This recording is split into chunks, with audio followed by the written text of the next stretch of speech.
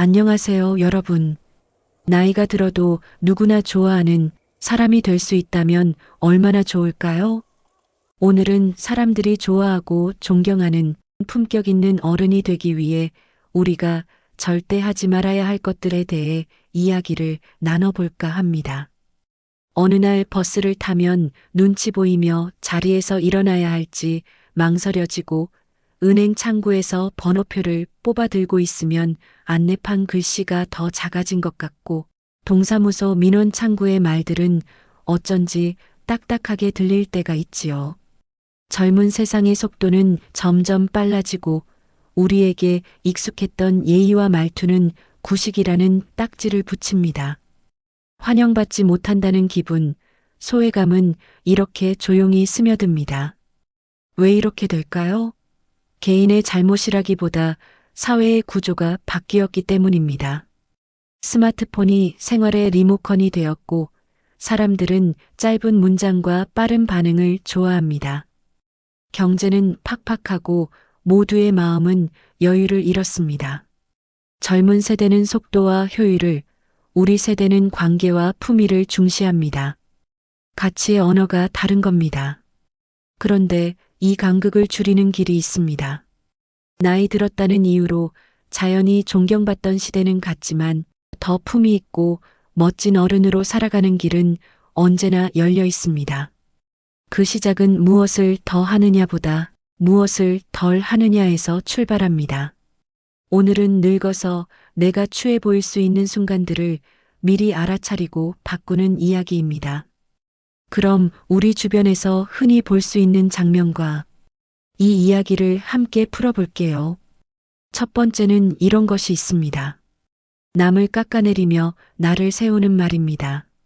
심리학에선 이를 자기 방어적 비교라고 부릅니다. 나이 들수록 사회에서 가진 역할이 줄고 내 이야기를 들어주는 사람이 적어지면 마음속에서 작은 불안이 자라납니다. 그 불안은 때때로 비교와 평가라는 옷을 입고 튀어나옵니다. 경로당에서 박 선생님이 그러셨어요. 아휴, 요즘 젊은 것들은 끈기가 없어. 우리 땐 하고 말을 시작하셨죠. 옆에 있던 김 여사님이 조용히 웃으며 말했습니다. 선생님, 우리 땐 우리도 윗세대한테 그 소리 들었어요. 모두가 피식 웃음 짓고 공기가 부드러워졌습니다. 남을 낮추면 잠깐은 우뚝 선 것 같지만 결국 나의 그늘도 함께 작아집니다. 해법은 의외로 간단합니다. 비교할 시간에 어제의 나와 경쟁하기. 오늘의 나는 어제보다 1cm만 유연해지자고 다짐해 보세요. 칭찬은 하루에 한 번만이라도 먼저 건네고 비교는 입술에서 떠나지 않게 막아보는 겁니다. 그 친구 말 잘하네. 저 젊은 친구 성실하네. 이렇게요. 그 한마디가 나의 키를 키웁니다. 두 번째는 이런 것이 있습니다. 말이 너무 많아지는 것, 그리고 뒷담화입니다. 외로움은 입을 자주 열게 만듭니다. 누군가 고개만 끄덕여도 소속감이라는 따뜻한 감정이 올라오니까요. 그런데 입이 지나치게 가벼워지면 사람들의 마음은 무거워집니다. 지하철에서 아주머니 셋이 큰 소리로 이야기하던 날을 기억합니다. 우리 며느리는, 우리 영감탱이는. 처음엔 다들 못 들은 척했지만 곧 칸 전체가 그 이야기의 포로가 되었죠. 집안일은 집안에서 해결해야 꽃입니다. 밖으로 나오면 가시가 됩니다. 재미있는 습관 하나 권해드릴게요. 60초 경청 모래시계. 상대가 말할 때 내 말이 목구멍까지 올라와도 60초만 참아봅니다. 그리고 질문 3개로 답하세요. 그랬구나. 어땠어? 내가 도울 건 있어? 이 3가지가 대화의 격을 바꿉니다. 입은 조금 닫고 귀는 크게 열고 지갑은 살짝 열어라. 이 주문을 하루에 3번씩 속으로 외워도 좋습니다. 세 번째는 이런 것이 있습니다. 학력 사는 곳, 직업으로 사람을 등급 매기는 선입견입니다. 빠른 시대를 살다 보니 사람을 빨리 파악하려고 라벨을 붙이게 됩니다. 심리학에선 이를 휴리스틱, 즉 지름길 판단이라 하죠. 하지만 지름길은 경치를 놓칩니다. 동네 모임에서 그랬어요. 어느 날 새로운 사위가 인사를 했는데 몇몇 분들이 어느 대학 나왔나? 집은 어디인가? 부터 물었습니다. 사위가 머쓱해하자 장모님이 말했죠. 이 아이는요, 우리 딸이 힘들 때 밥 해주고 밤길 데려다주는 좋은 사람입니다. 그 순간 사위의 대학은 의미가 없어졌고 좋은 사람이라는 본질만 남았습니다. 사람을 만날 때 이름, 이야기, 인정으로 접근해 보세요. 이름을 묻고 이야기를 들어주고 그 이야기에 담긴 노력을 인정하는 순서입니다. 민수 씨, 약은 많다던데 요새 좀 나아졌어요? 성실해서 회사에서 좋아하겠네. 한 문장이 벽을 허물고 다리를 놓습니다. 네 번째는 이런 것이 있습니다. 식탐과 공짜에 대한 집착입니다. 우리 세대는 결핍도 풍요도 모두 경험했습니다. 결핍의 기억은 혹시 또 모자라지 않을까? 라는 불안을 남깁니다. 그래서 피로연에서 한 접시 더, 경로식당에서 먼저 줄 서기 같은 행동이 무의식적으로 나오기도 합니다. 그런데 공짜일수록 예의가 필요합니다. 친구 칠순 잔치에서 한 분이 반찬을 비닐에 싸넣는 것을 보고 주인장이 얼굴을 붉히던 일이 있었습니다. 그냥 드시고 가세요. 집에서도 드시게요? 말은 그렇게 했지만 속으로는 상했겠지요. 여기에도 작은 습관이 답입니다. 한 숟가락 덜기와 한 점 나누기. 내 접시에 음식이 올라오면 한 숟가락은 접시 옆에 덜어놓고 맛있는 반찬 한 점은 옆 사람에게 먼저 권합니다. 공짜를 만났을 땐 고맙다를 2번, 괜찮다를 1번 말하세요. 고맙습니다. 잘 먹겠습니다. 근데 저는 이만큼이면 충분해요. 절제가 풍미를 만들고 풍미가 그 사람의 품격을 말해줍니다. 5번째는 이런 것이 있습니다. 말을 독점하고 훈수를 많이 두는 습관입니다. 역할이 줄어드는 노년기에 내가 여전히 쓸모있는 사람이라는 감각을 찾고 싶어지는 건 너무나 자연스러운 일입니다. 그래서 조언이 잔소리가 되고 경험담이 무용담이 됩니다. 손주가 과학 숙제를 하다가 할아버지, 실험은 이렇게 해야 한대요. 말하자 할아버지가 아니야, 나 때는 말이야 하고 30분을 쭉 이야기하셨죠. 손주는 결국 유튜브를 찾아봤습니다. 이럴 때는 문장 하나만 바꾸면 됩니다. 내가 옛날에 해보니 대신 내가 해본 방식도 있는데 내 방식은 어때? 라고. 그리고 1분 경청 후 한 문장 의견. 그리고 한 문장 질문. 이 규칙을 써보세요. 1분 듣고 그 방법 좋다 한 줄 칭찬하고 어디가 제일 어렵니? 한 줄 묻는 겁니다.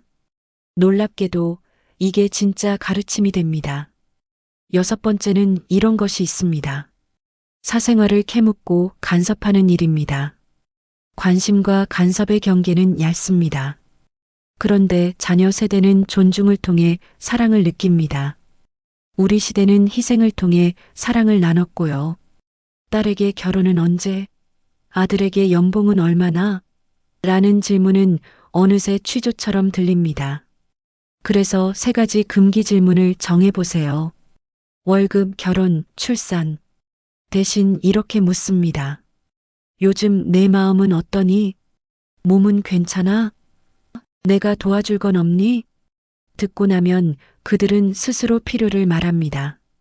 우리가 할 일은 허락을 구하고 조언하기. 내 생각을 말해도 될까? 허락 한마디가 관계를 지켜줍니다. 7번째는 이런 것이 있습니다. 고집입니다. 고집은 경험에서 나오고 경험은 값지지만 시대는 변합니다. 현금이 최고야 하며 스마트폰 결제를 거부하던 최 선생님 이야기가 있어요. 어느 날 택시를 타셨다가 카드페이만 가능이라는 말에 당황했고 젊은 기사님이 자신의 휴대폰으로 결제하고 현금을 받았습니다. 선생님이 집에 가는 내내 생각하셨답니다. 아, 내가 세상에게 조금 져도 되는구나. 그날 이후 최 선생님은 손주에게 부탁했습니다. 할아버지한테 페이 한 번만 가르쳐줘. 배우려는 태도가 겸손이고 겸손은 매력을 만듭니다. 나 때는을 요즘은 어떤가? 로 바꾸면 대화가 열립니다. 여기까지 들으시며 이런 질문이 떠오르실 겁니다. 그걸 바꾸면 뭐가 달라지나? 아주 많이 달라집니다. 사람은 존중을 주는 사람에게 끌립니다. 서로 간의 관계가 많아지면, 새로운 정보를 알게 되고 정보가 들어오면 새로운 기회가 늘어납니다. 하버드의 오래된 연구도 말합니다. 좋은 인간관계가 건강과 행복을 지켜준다고요. 무엇보다 내 마음이 편해집니다. 비교를 줄이면 불안이 내려가고 경청을 늘리면 사랑이 올라갑니다. 조용히 생각해 봅시다. 우리가 젊었을 때 바라던 멋진 어른은 어떤 모습이었나요? 말은 짧고 미소는 길고 지갑은 부드럽게 열리는 사람. 바로 그 모습입니다. 실천을 도와줄 작은 습관 몇 가지를 곁들입니다. 아침엔 거울 앞에서 새 문장 다짐하기. 오늘은 비교하지 않는다. 먼저 웃는다. 먼저 듣는다. 점심엔 감사 세 가지를 마음속으로 적어봅니다. 따뜻한 햇빛, 맛있는 국 한 숟갈, 안부 문자 하나. 저녁엔 나눔 봉투에 1,000원, 2,000원씩 넣어두세요. 길에서 마주치는 경비 아저씨, 매일 보는 편의점 직원에게 수고 많으십니다.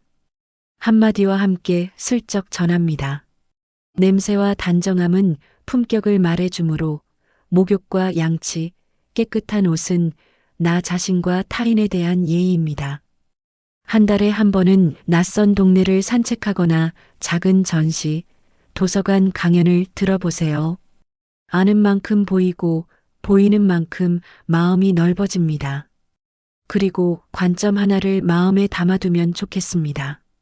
노년은 무언가를 잃는 시간이 아니라 살아오며 잠시 빌려 쓰던 것들을 차례로 돌려드리는 시간입니다. 일, 건강, 돈, 친구, 꿈 모두 생에서 우리에게 잠시 맡겨졌던 선물들입니다. 돌려드리는 그 길을 상실로 보면 서러움만 남고 성숙으로 보면 마음이 가벼워집니다. 빚을 한 장씩 갚을 때의 홀가분함처럼 미소가 깊어지고 말이 단정해집니다. 그 깊은 미소가 바로 품위입니다. 오늘의 이야기를 마치며 다시 한번 주문을 드립니다. 입은 조금 닫고 귀는 크게 열고 지갑은 살짝 열어라. 비교는 내려놓고 칭찬은 올려라. 간섭은 멈추고 응원은 건네라. 우리가 먼저 그렇게 할 때 세상은 다시 어른을 존중합니다. 그리고 무엇보다 거울 속에 내가 내 마음에 다시 듭니다. 세월은 누구에게나 공평하지만 품위는 연습하는 자의 편입니다. 오늘 밤 베개에 머리를 대기 전 조용히 속삭여 보세요. 나는 누군가에게 그늘이 되는 어른이다. 내일 당신의 하루가 그 말처럼 변해 있을 겁니다. 여러분의 품격 있는 노후를 진심으로 응원합니다.